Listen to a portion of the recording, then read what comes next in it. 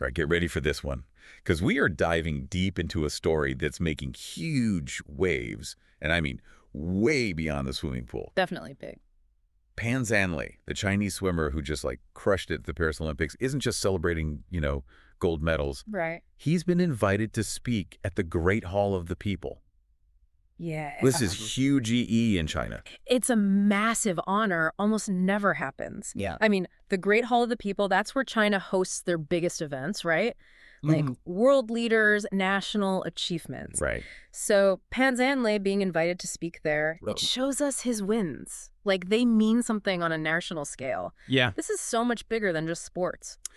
So, okay, we know this is a big deal, but for those of us who maybe don't quite get just how big, can you sort of break down what makes this so significant? What makes speaking at the Great Hall of the People so important? So picture this, a place full of history, right? Where they make decisions that shape a whole nation, where global leaders meet. It represents China's power, like literally. Yeah. To be on that stage means you've done something for your country's story, Yeah. You're part of it.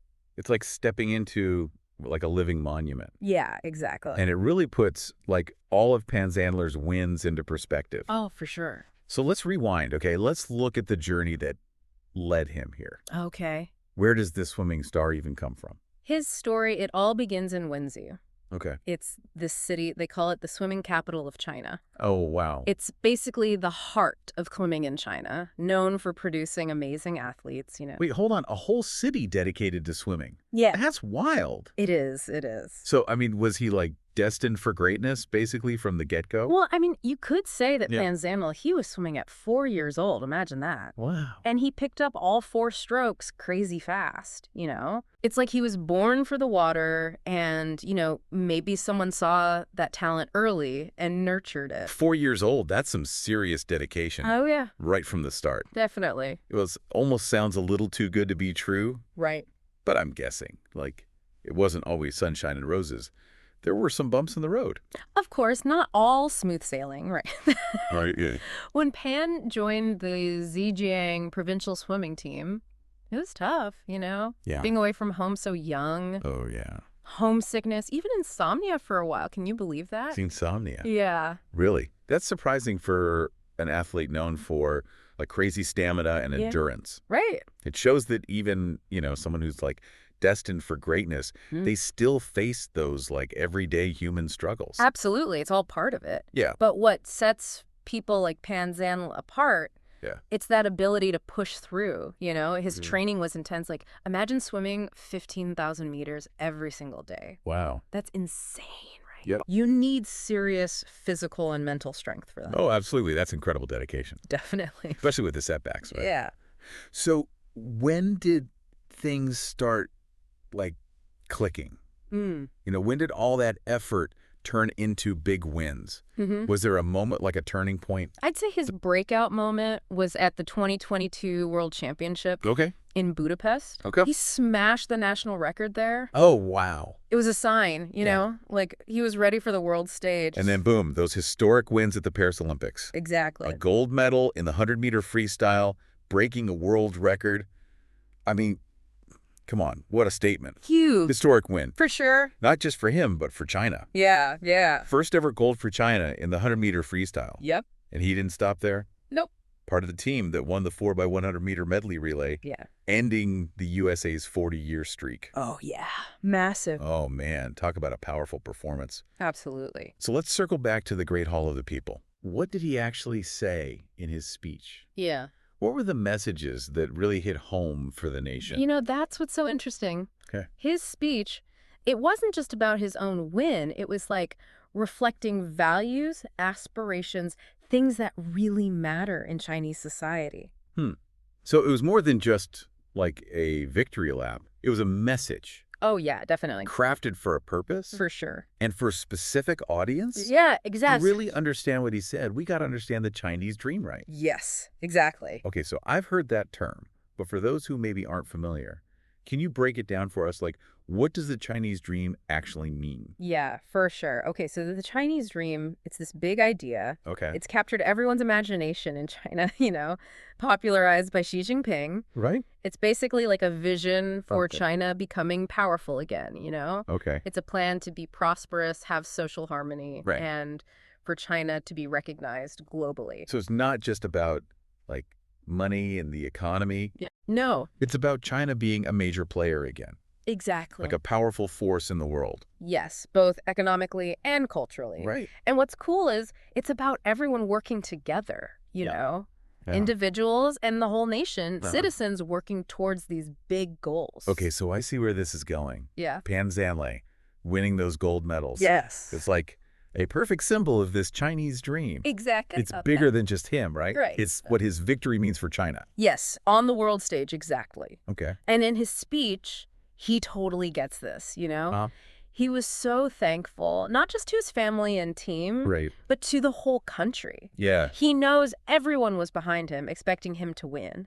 Wow. He knew his win was a win for everyone. That's powerful, connecting personal triumph with national pride. Yeah, it's smart. It's like everyone accomplished this together. Exactly. And it reinforces this whole idea of unity, Totally. working together toward a common goal. Yeah, and when he talked about all those years of training, the sacrifices, Right. it showed the value of hard work, never giving up. Perseverance. Exactly. Things that are super important in Chinese culture. Right. And his story, it becomes like a real-life Chinese dream, showing that dedication can lead to amazing things. It's not just about talent, right? Right. It's about the effort, Putting in the work. the resilience, Yeah. striving for something bigger than yourself. Absolutely. Like it's almost a story Yeah. about how a nation can achieve great things. Exactly. And saying all this from the Great Hall of the People, Yeah. it makes it even more powerful. Right. It's like he's saying, look what we can do if we all work hard and strive for excellence, Right. It's perfect timing. Yeah, A perfect message. exactly. Was there anything else? Oh, yeah. Anything else that stood out in his speech? Yeah, he talked directly to young people, Yeah. told them to dream big and never give up. Mm-hmm. He wants to be a role model. Oh, that's cool. He came from humble beginnings. Right. And look at him now. Yeah. It's all about hard work and dedication. It's interesting how he tells his story. Right? Starting in that city,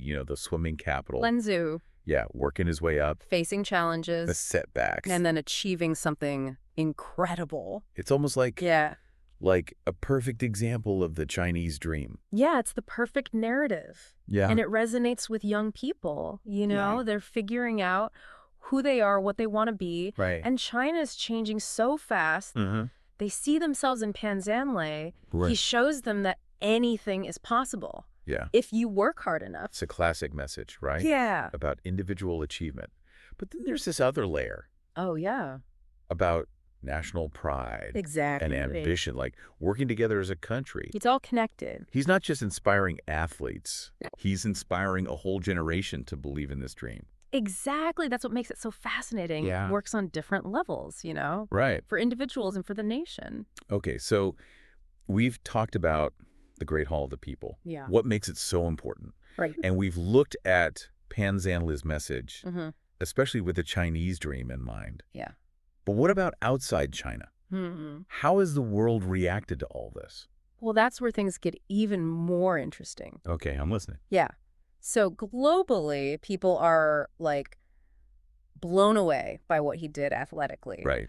Breaking world records, winning Olympic gold, that stuff, it goes beyond culture, It's universal. Everyone loves stories about dedication, about overcoming the odds, and Zhanle's journey, it's like the perfect example of that. It's that classic, underdog story. Exactly. The hard work, The sacrifice. coming back from setbacks. Yeah.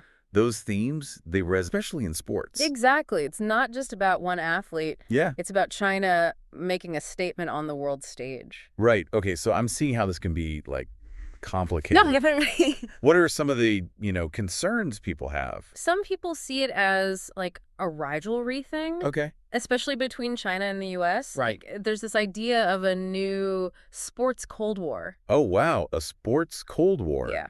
That's a little intense. Right? Isn't competition like normal in sport? Of course, yeah. Some people say competition's good. It makes athletes push harder, be better. Right. It drives innovation. Makes sense. But then others worry that this focus on national pride, Yeah. it could lead to like more tension, even like hurt sportsmanship and cooperation between countries. It's crazy how this story, it started as this celebration of one guy's achievements. Yeah. And now it's part of this bigger conversation about global politics and stuff.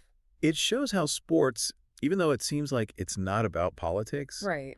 it's always connected to what's happening in the world. Yeah, like the Olympics. Exactly. That's always been about national pride and stuff. Yeah, definitely. Yeah. But maybe what's different now is that the focus on China is so strong Okay. as China becomes more powerful. Right. Everyone's watching them, Uh-huh. wondering what they're going to do next. Yeah. And sports is one place where all of that plays out.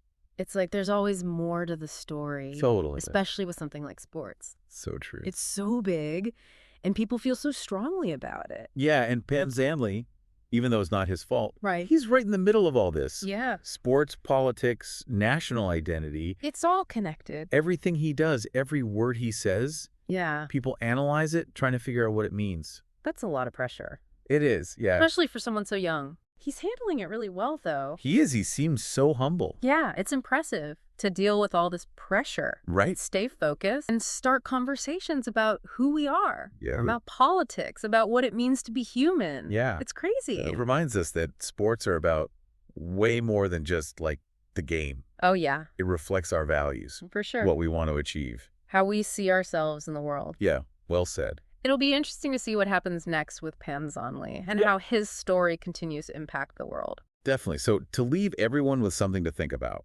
Okay. Zhanle's story, it's been interpreted in so many ways. It has. But what stands out to you? Mm. What does his journey tell us about the world today? That's a great question for all of us to think about. Thanks for joining us on this deep dive, everyone. Yeah, thanks for listening.